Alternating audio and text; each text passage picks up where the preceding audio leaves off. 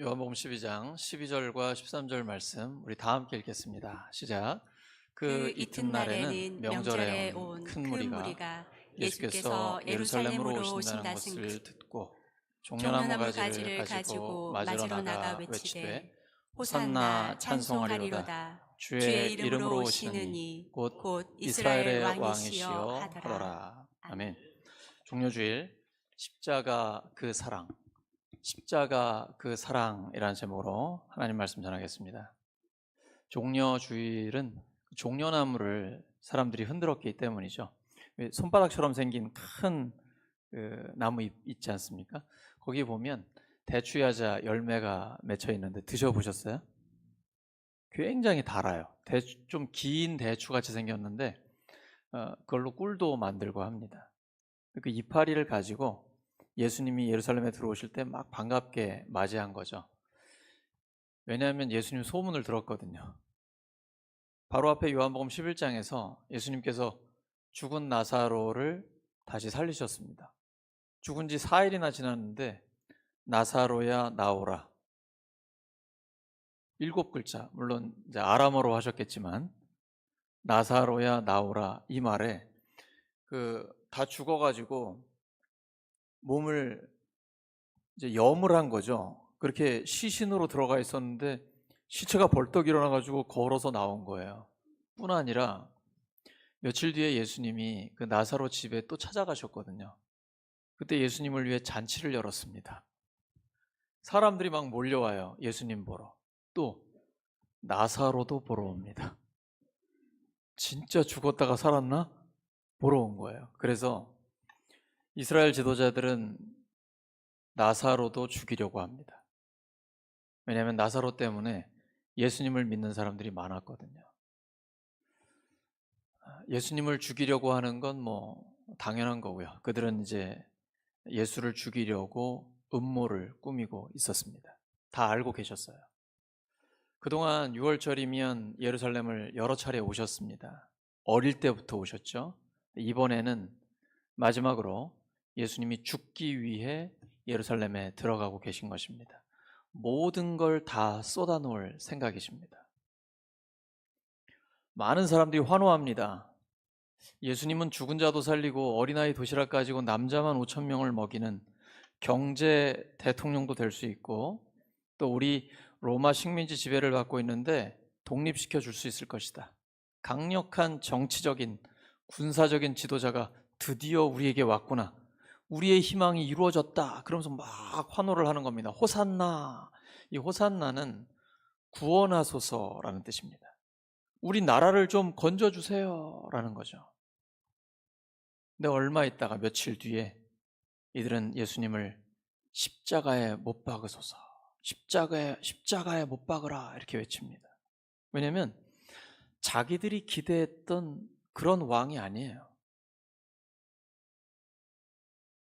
예수님은 온유하고 겸손하게 오셔서 우리의 죄를 대신 지시고 빌라도 앞에서 재판을 받고 사형 언도를 받아 그리고 바라바와 함께 선택을 받는 입장에 서게 되거든요. 이스라엘 사람들은 그렇게 힘없는 사람 기대하지 않았습니다. 강력한 카리스마를 가져서 큰 군대를 이끌고 나라를 부강하게 만들어줄 그런 메시아를 기다렸던 겁니다. 예수님은 그들의 기대에 미치지 못했던 것이죠. 만약에 예수님이 정복자로 군사적인 왕으로 왔다 그러면 군마를 타고 오셨을 겁니다. 그리고 큰 칼을 차고 들어가셨겠죠. 그럼 사람들이 무서워가지고 그 곁에 오지도 못했을 거예요. 예수님은 나귀 새끼를 타시고 겸손하고 온유하게 들어오십니다. 그래서 수많은 사람들이 예수님께 다가와요. 그리고 앞뒤에서 찬송과 영광을 올려드립니다. 주의 이름으로 오시는 이여 호산나 호산나 외치죠. 이스라엘 지도자들은 많은 백성들이 모여서 그렇게 환호하는 것 우려했습니다. 왜냐하면 학자들마다 좀 견해가 다르기는 하지만 최근의 학자의 연구 결과를 보면요. 당시 예루살렘에는 7만 명 정도 살았다고 해요. 그런데 6월절, 이 명절이 되면 25만 명 정도가 모인다고 합니다. 그러니까 어떤 학자는 200만, 300만으로 보기도 하는데 어쨌든 평소보다 굉장히 많은 인원이 예루살렘에 모이게 되는 거예요. 로마 군대도 긴장을 하죠. 밀란을 일으킬 수 있기 때문입니다. 그런데 어떤 30대 초반의 청년이 나귀 새끼를 타고 들어오고 사람들은 호산나 호산나 막 겉옷을 펴고 종려나무를 흔들고 뭔가 난리가 났거든요. 이러다가 로마 군대를 자극하는 것이 아닐까. 그래서 군인들이 이스라엘 백성들이 죽이는 건 아닐까 걱정이 되는 거죠. 그래서 바리새인들은 예수님께 저들을 좀 꾸짖으라고 이제 그만하게 하라고 이야기를 합니다. 그때 예수님 뭐라고 하시죠? 만약에 저들이 찬송을 하지 않으면 돌들이라도 찬양할 것이다. 예수님은 그들이 마음껏 찬양할 수 있도록 해줬습니다. 왜냐하면 그들이 예수님을 찬양한다고 해서 로마 군대에 의해 멸망당하지 않기 때문입니다. 오히려 하나님의 아들 예수 그리스도를 거부하고 십자가에 못 박았기 때문에 그들이 멸망당하게 되는 것이죠. 예수님께서는 명확히 알고 계셨습니다. 당대 최강국이었던 로마 제국과의 관계가 문제가 아니라 하나님과의 관계가 문제라는 것입니다. 로마 제국의 심기를 건드려서 예루살렘이 멸망하는 게 아니고 하나님과의 관계가 깨져 있기 때문에 멸망당하는 것입니다. 이스라엘 지도자들은 로마 제국의 심기를 건드리지 않기를 원했습니다. 그러나 결국 그들은 그들에게 반역했고 봉기를 일으켰다가 로마 제국에게 AD 70년에 완전히 멸망당합니다. 예수님 말씀하신 것처럼 돌 하나도 돌 위에 남지 않습니다. 예수님 그걸 알고 계셨습니다. 너희들이 멸망당하는 건 로마 제국 때문만이 아니다. 너희들이 지금 하나님과의 관계가 깨져 있기 때문이다.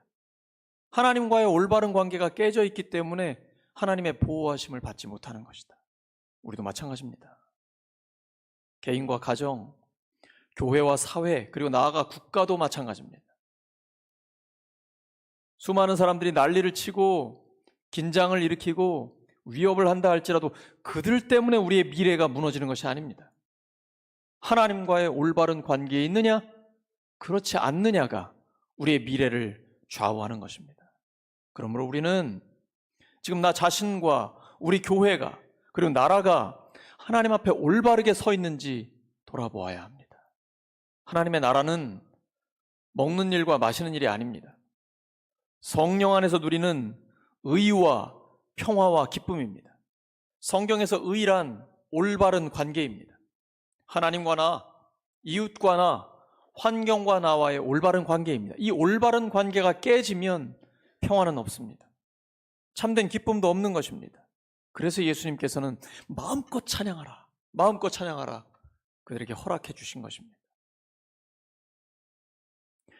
예수님은 구약의 스가랴 9장 9절 말씀을 기억하고 계시고 그 말씀이 그대로 성취될 것을 알고 계셨습니다. 바로 예수님을 통해서 하나님의 말씀이 이루어지는 것이죠.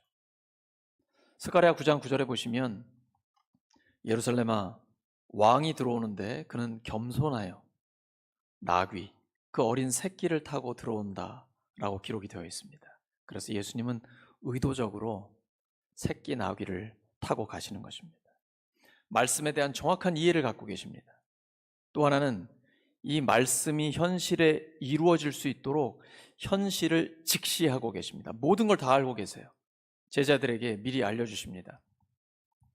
건너편 마을에 가면 나귀와 나귀 새끼가 있다. 풀어서 데리고 와라. 혹시 누가 이걸 뭐에 쓰려고 하냐라고 물어보면 주가 쓰시겠다 하라. 이렇게 아주 구체적으로 다 알려주십니다. 예수님은 모든 걸 다 알고 계세요. 말씀에 대한 정확한 이해, 현실에 대한 정확한 인지를 갖고 계십니다. 그래서 그 말씀이 실제로 삶에 이루어지는 것입니다. 하나님의 말씀은 반드시 이루어집니다. 스가랴 9장 9절의 말씀은 예수님 오시기 약 500년 전에 예언이 된 겁니다. 근데 바로 약속된 그 시기가 됐을 때 예수님은 그 말씀 그대로 예루살렘에 들어가고 계신 것입니다. 그 예수님이 우리를 위해 십자가에 죽으시고 부활하셨습니다. 그리고 40일 동안 이 땅에 계셨는데 마지막 하늘로 올라가실 때 사람들이 너무 충격을 받아가지고 놀라서 아마 입 벌리고 쳐다봤을 거예요. 그때 천사가 하나님의 말씀을 전합니다. 왜 이렇게 놀라냐? 너희가 지금 보고 있는 예수 그리스도는 하늘로 올라가심을 본 그대로 다시 오실 것이다. 이 말씀은 반드시 이루어집니다. 예수님의 초림이 예언대로 이루어진 것처럼 예수님의 재림도 말씀대로 이루어집니다. 그래서 예수님을 믿고 구원받아 하나님의 자녀로 사는 사람은 다시 오실 예수님을 기다립니다. 물론 우리가 살아있는 동안에 안 오실 수도 있겠죠. 하지만 오늘 오실 수도 있습니다. 하나님께는 시간 개념이 1000년이 하루 같고 하루가 1000년 같습니다. 우리처럼 막 조급해하지 않으세요. 그래서 예수님을 믿는 사람은 예수님의 성품을 점점 더 닮아가게 됩니다. 나도 모르게 예수님처럼 여유가 생깁니다. 사랑하는 사람은 오래 참거든요. 사랑의 첫 번째 특징이 오래 참는 거잖아요. 예수님이 십자가에 못 박히셨을 때 예수님 자신을 못 박은 그 사람을 용서해 주지 않습니까? 예수님을 모른다고 3번을 부인한 베드로도 용서해 주시잖아요. 예수님은 모든 사람들을 다 용서하시는 그 사랑의 사람이 되거든요. 근데 그 예수님의 제자로 살다 보면, 그리스도 안에 머물다 보면 나도 모르게 성령님이 나를 변화시키시기 시작합니다. 그래서 차분해지고 사랑으로 오래 참게 되는 것이죠. 예수님은 어린 나귀를 타고 가시면서 예수님의 온유하고 겸손함을 그대로 보여주셨습니다. 예수님은 어려서부터 십자가를 중심에 담고 계셨습니다. 사실 이 십자가는 성경시대의 저주의 상징이었습니다. 나무 십자가에 달린 사람은 하나님께 저주받은 자라고 유대인들은 믿었습니다. 신명기에 기록되어 있거든요. 근데 예수님은 재판을 통해 사형 언도를 받고 실제로 십자가에 돌아가셨습니다. 구약에 예언되어 있는 구원의 주님 메시아가 하나님의 저주를 받아 십자가에 달려 죽었다? 도저히 유대인들은 믿을 수 없는 것입니다. 그래서 십자가의 도는 유대인들에게는 어리석어 보이는 것입니다. 십자가의 도는 멸망하는 자들에게는 미련한 것이 되는 것입니다. 하지만 구원받는 우리에게는 하나님의 지혜입니다. 죽어야 삽니다. 오늘 찬양처럼 내가 그리스도와 함께 십자가에 못 박혀 죽으면 그때 부활의 역사가 나타나기 시작합니다. 나는 죽고 예수님이 살아나는 그 일이 우리의 삶 가운데 실제로 일어나게 되는 것이죠. 예수님은 바로 그 십자가를 향해서 묵묵히 걸어가셨습니다. 12살 때 부모를 따라 예루살렘에 올라가셨습니다. 그때에 6월절에 너무 사람이 많으니까 아빠 엄마가 혼잡한 가운데 그만 아들 예수를 놓쳤어요. 그리고선 나사렛으로 돌아가고 있는 중인데 중간에 가다 보니까 애가 없는 거예요. 친척들한테 아무리 물어봐도 찾을 수가 없어요. 결국 찾다 예루살렘까지 왔습니다. 근데 12살짜리 소년이 예루살렘 성전에서 학자들과 토론을 하고 있는 거예요. 그때 엄마가 얘야, 너 왜 이렇게 우리를 애를 태우니? 아빠랑 내가 너 찾느라고 얼마나 고생한 줄 알아? 그때 예수님 뭐라고 하시죠? 왜 나를 찾으셨습니까? 내가 내 아버지 집에 있어야 하는 줄 모르셨어요? 예수님은 12살 때부터 하나님을 아버지라고 불렀다는 걸 성경은 기록하고 있습니다. 그리고 그 아버지의 일에 전념하고자 하는 것을 표현하고 계신 거죠.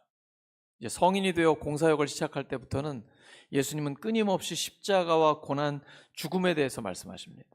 어느 날 베드로, 야고보, 요한을 데리고 산에 올라갔는데 영광스러운 모습으로 변화되는 거예요. 그때 모세와 엘리야가 와서 예수님과 대화를 나눕니다. 구약의 모세와 엘리야는 대표적인 성경의 저자요, 또 선지자의 대표 아닙니까? 그들과 말씀을 나누시는데 너무 황홀한 그 영광 때문에 베드로는 여기 있는 것이 좋사오니라고 얘기를 할 정도였죠. 그 산에서 내려오면서 예수님이 제자들에게 말씀하십니다.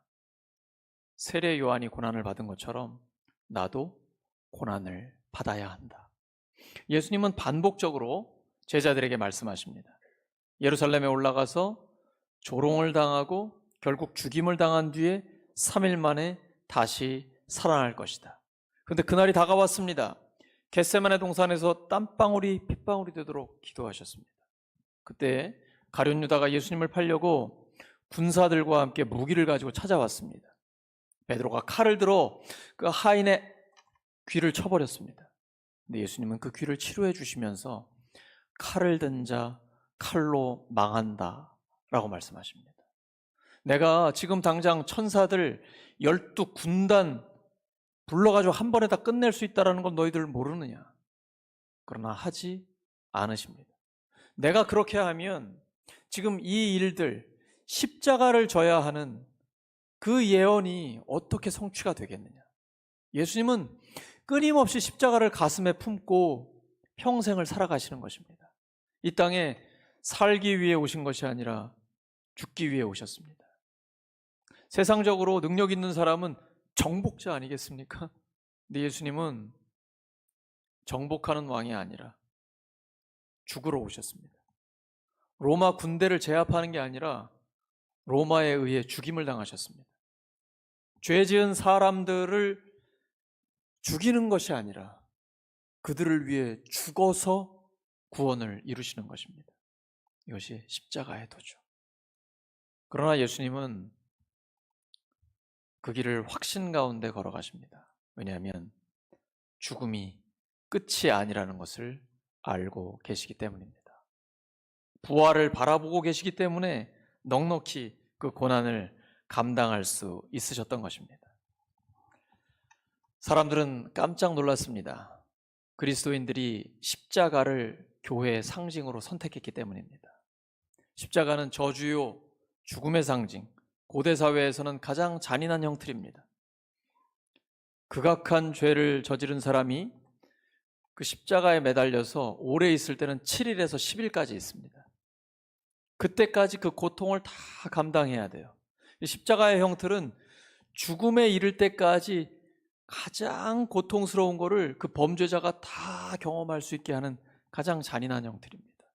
그런데 그 십자가에 돌아가신 예수님, 그분을 하나님으로 섬긴다고, 그리고 그 십자가가 너희 기독교의 상징이라고 사람들은 이해할 수 없습니다. 하지만 그 십자가가 우리를 구원합니다. 십자가를 경험한 사람은 삶이 변합니다. 하나님이 나를 위해 죽어주셨다라는 그 사랑 때문에, 그 큰 사랑 때문에 내 인생이 변화되게 됩니다. 그리고 계속 나를 죽이게 됩니다. 그 큰 사랑을 받았기 때문에 어떻게 나를 드러낼 수가 있습니까?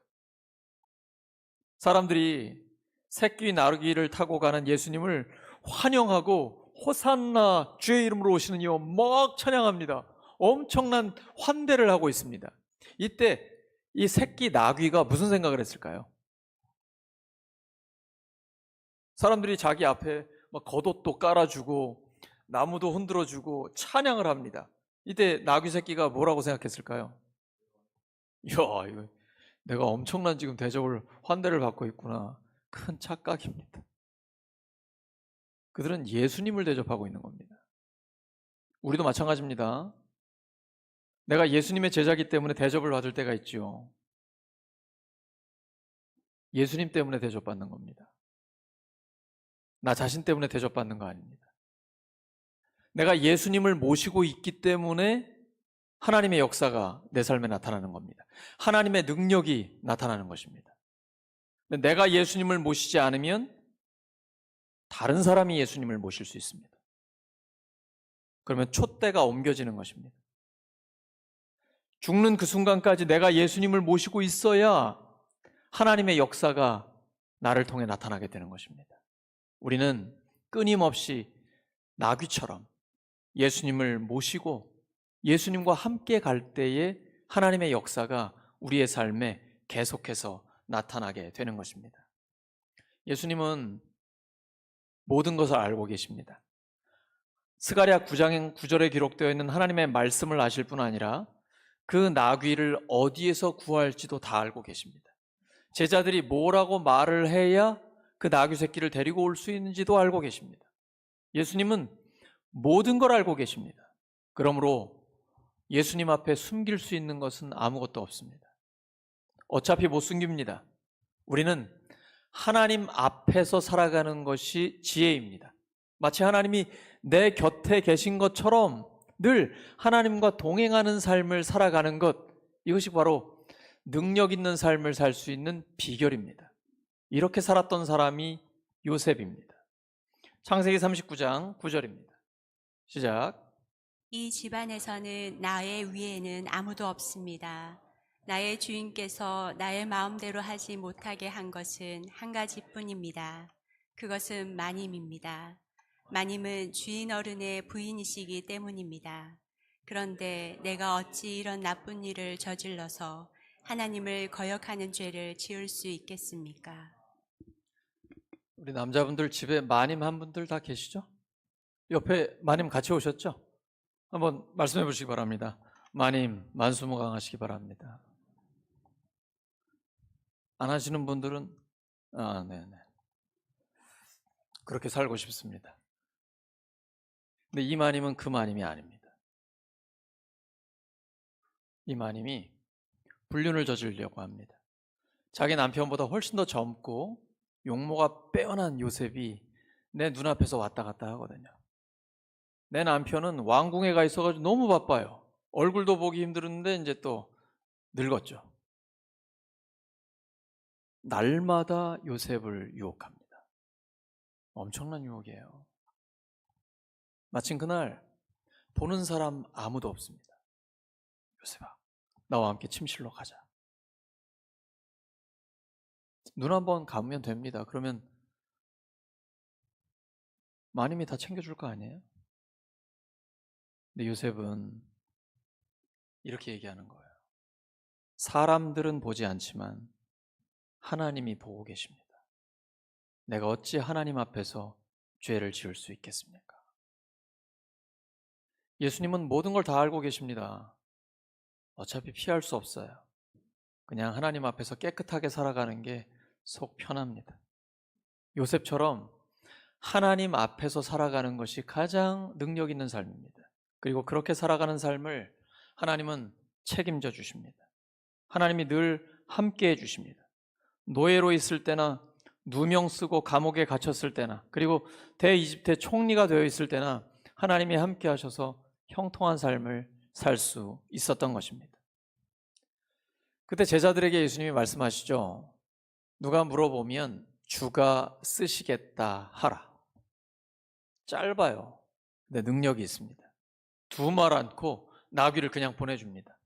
하나님의 말씀이 이루어지려면 지금 당장 예수님께 나귀가 있어야 되잖아요. 예수님 없어요. 예수님 돈 없어요. 없어도 괜찮아요. 빌려오면 되니까. 모든 게 다 하나님 거잖아요. 주가 쓰시겠다 하라. 이 말씀 한마디에 그냥 보내줍니다. 그리고 그 나귀를 타고 하나님의 말씀을 이루게 되는 것이죠. 주님께 쓰임받는 것보다 더 복된 일이 있을까요? 우리가 왜 평생 열심히 공부하고 일하고 지금까지 훈련받으며 준비했습니까? 우리가 모은 재산과 우리의 실력과 모든 준비된 경험, 우리의 인격 어디에 쓰려고 하십니까? 주님께 쓰임받는 것보다 더 큰 복이 있겠습니까? 근데 하나님 우리에게 말씀하십니다. 주가 쓰시겠다 하라. 풀어놓아 다니게 하라. 주님께 쓰임받기로 결단하시면 풀어주십니다. 육체에 병이 있습니까? 하나님이 치료해 주십니다. 건강해야 하나님 앞에 쓰임받을 수 있으니까요. 돈 문제가 막혀 있나요? 하나님 풀어주십니다. 주님께 쓰임받기를 원하기 때문입니다. 주가 쓰시겠다 하라. 풀어놓아 다니게 하라. 풀리는 역사가 있기를 예수 그리스도 이름으로 축원합니다. 그 앞에 결단하셔야 됩니다. 주님께 쓰임 받기를 원합니다. 이사야가 그랬습니다. 이사야 6장 8절입니다. 시작. 그때에 나는 주님께서 말씀하시는 음성을 들었다. 내가 누구를 보낼까? 누가 우리를 대신하여 갈 것인가? 내가 아뢰었다. 제가 여기에 있습니다. 저를 보내어 주십시오. 이사야가 하나님의 영광을 받습니다. 네, 하나님, 저는 죄인입니다. 저는 입술이 부정한 자예요. 하나님 앞에 내가 어떻게 살아갈 수 있겠습니까? 그때 하나님께서 그의 죄를 다 용서해 주셨습니다. 그리고 마치 혼자 말씀하시는 것처럼 누가 우리를 위하여 갈까 말씀하십니다. 이 죄악된 세상에 한치 앞을 내다볼 수 없는 이 긴장된 악하고 음란함이 어두운 세상에 누가 하나님을 위하여 갈까? 그때 이사야는 조심스럽게 하나님 앞에 고백합니다. 내가 여기 있습니다. 나를 보내소서. 그리고 하나님 앞에 쓰임 받는 겁니다. 우리도 마찬가지입니다. 주님, 제가 여기 있습니다. 하나님, 제가 없어도 되시겠지만 저를 준비시키셨으니 저를 사용해 주시옵소서. 부족하지만 하나님, 저를 써주세요. 그러면 하나님의 놀라운 역사가 우리를 통해 나타나기 시작합니다. 하나님은 사람을 통해 역사하십니다. 그래서 사람을 귀하게 여기셔야 합니다. 내 옆에 있는 사람이 가장 소중한 사람입니다. 나와 그 사람을 통해서 하나님의 역사가 이루어지기 때문입니다. 예수님은 이 말씀들이 예수님의 삶을 통해 다 이루어질 것을 알고 계십니다. 그래서 오늘 종려 주일 예루살렘에 입성하고 이제 내일부터 5일간 고난 주간의 말씀을 전해드릴 텐데 그 말씀들이 예수님께 다 이루어질 걸 알고 계셨습니다.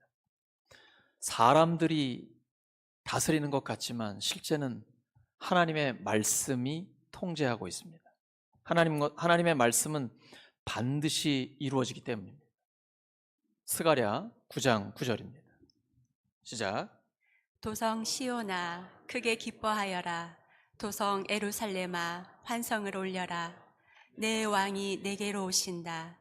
그는 공의로우신 왕, 구원을 베푸시는 왕이시다. 그는 온순하셔서 나귀 곧 나귀 새끼인 어린 나귀를 타고 오신다. 500년 전에 예언된 이 말씀이 이제 지금 이루어지는 것이죠. 예수님은 곧 죽으셔야 한다는 걸 알고 계십니다. 시한부 판정을 받으신 거나 마찬가지입니다. 만약에 암 환자가 의사에게 당신이 이제 한 6개월 살 수 있습니다 라고 시한부 판정을 받았다 그러면 어떻게 할까요? 뭘 해야 될까요? 일단 삶을 정리하겠죠.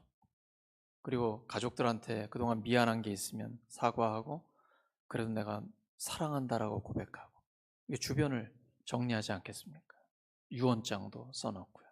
또 뭐 먹고 싶은 것도 실컷 먹고 가고 싶은 데도 한번 가보고 그러겠죠. 아니면 어떻게든 살고 싶어서 생의 욕구를 불태우며 이 암 어떻게 민간요법이라도 좀 찾아보지 않겠습니까? 근데 예수님은 곧 죽으셔야 하는데 신변을 정리하거나 생의 욕구를 불태우거나 이러지 않습니다. 왜냐하면 죽으러 오셨기 때문이죠. 그리고 죽음이 끝이 아니라는 것을 분명히 알고 계셨기 때문입니다. 오히려 말씀을 더 강력하게 붙들고 계십니다. 하나님의 말씀은 살아있고 운동력이 있어 좌우의 날선 어떤 검보다도 예리하여 우리의 영혼과 골수를 찔러 쪼개기까지 하면서 치유하시고 그리고 그 말씀이 실제로 이루어지게 되기 때문입니다. 예수님은 죽음을 앞두고 하나님의 말씀에 철저히 붙들고 계시고 그 말씀을 성취하시는 분입니다. 우리도 마찬가지입니다. 하나님의 말씀에 능력이 있습니다. 그래서 말씀 붙들고 기도하면 하나님의 역사가 나타나게 되는 것입니다. 마가복음 10장 45절입니다. 시작. 인자는 섬김을 받으러 온 것이 아니라 섬기러 왔으며 많은 사람을 구원하기 위하여 치를 몸값으로 자기 목숨을 내주러 왔다. 예수님은 인류를 위해 생명을 내어주기 위해 오셨습니다. 아무리 그래도 그렇지 하나님이 사람이 되어 오셨잖아요. 그러면 사람들이 하나님을 알아보고 대접을 해야 될 거 아닙니까? 근데 그 누구도 예수님을 하나님으로 대접하는 사람이 없습니다. 심지어 우리 그리스도인들도 예수님을 우리의 친구, 위로자 정도로만 생각하고 그분이 우리를 위해 죽으시고 부활하셔서 우주 만물을 다스리시는 주 하나님이라는 것을 잊어버릴 때가 있습니다. 예수님을 인간적인 생각으로 가볍게 생각할 때가 있어요. 아니에요. 예수님은 하나님이십니다. 예배의 대상이에요. 그런데 예수님이 이 땅에 오셨을 때 그 누구도 하나님을 제대로 대접한 사람이 없습니다. 예수님은 거기에 분노하지 않으셨습니다. 내가 누군 줄 알고 이따위로 이런 생각을 전혀 하지 않으셨어요. 오히려 예루살렘을 보고 우셨습니다. 저들이 곧 멸망당할 것을 알고 계셨기 때문입니다. 불쌍한 거예요. 너무나 사랑하시는 거예요. 애절한 거예요. 자기를 어떻게 대접하느냐, 내가 누군데 이따위로 대접하느냐 이런 데는 관심이 전혀 없어요. 오히려 그들에게 끝까지 사랑과 긍휼을 보여주고 계십니다. 우리는 어떻습니까? 내가 지금 누군 줄 알고 이런 푸대접을 하는 거야.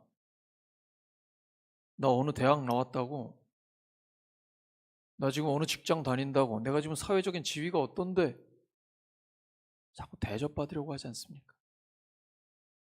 그리고 나를 대접하지 않으면 자존심 상해서 분노가 올라오지 않나요? 예수님은 그러지 않으셨습니다. 예수님은 내가 어떤 대접을 받느냐에는 관심이 없어요. 오직 그들을 섬기기 위해 오셨습니다. 예수님의 제자도 마찬가지입니다. 나를 어떻게 대접하느냐에 따라서 내 행동이 달라지지 않습니다. 나는 오직 예수님을 본받아 사랑하고 섬기기 위해 행동합니다.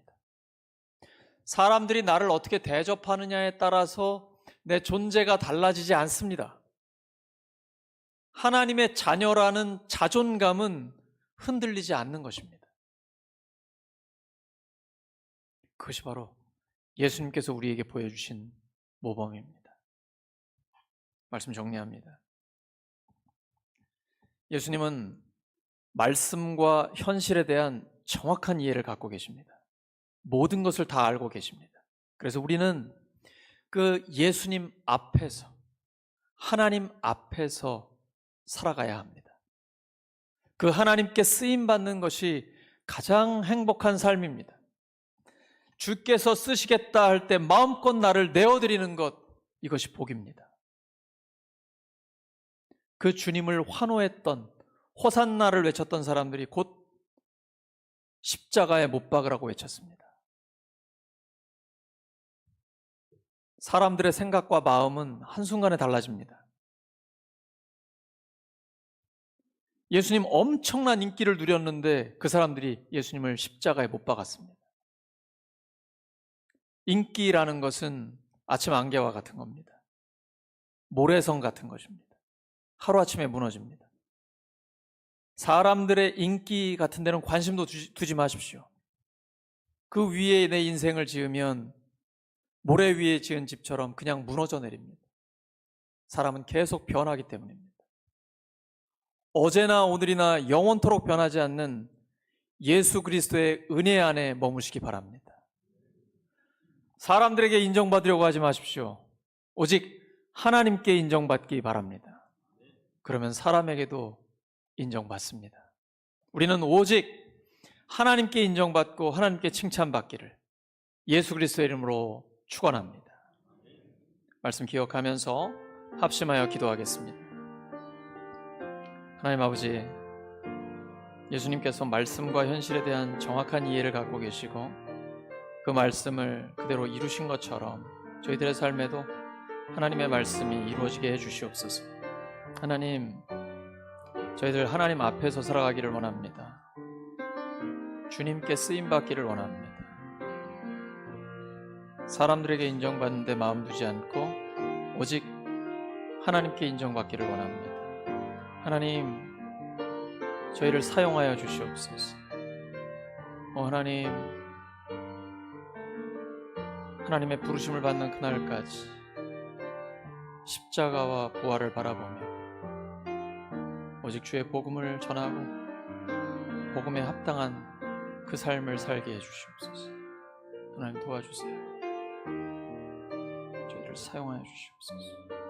감사합니다. 주 홀로 영광 받아주시옵소서.